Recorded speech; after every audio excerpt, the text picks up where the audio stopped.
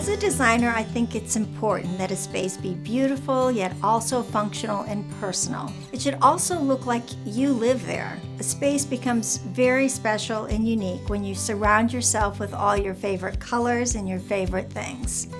I'd like to show you an example of how I've done this in my home.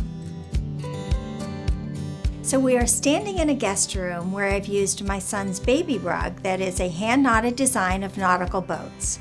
The rug was purchased 25 years ago, before my son was even born. It's been in continual use for all these years in various houses and various rooms. That's the point of investing in something you really love. The decorative accessory of this toy boat was also our son's childhood toy, and somehow it survived. His old toy chest has become a bench at the end of the bed.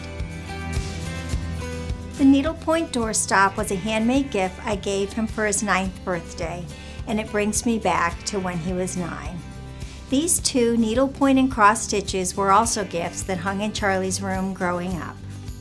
In another space of the home, the master bath, we have our daughter's signed watercolor from when she was in grade school. I love this happy floral image, and it makes me think of her every time I see it.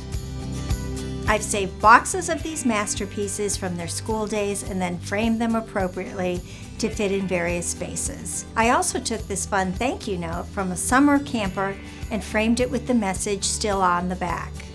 And my other daughter's very favorite baby book is in a shadow book frame that coordinates with its space. It's fun, it's personal to me, and it's artwork for the space.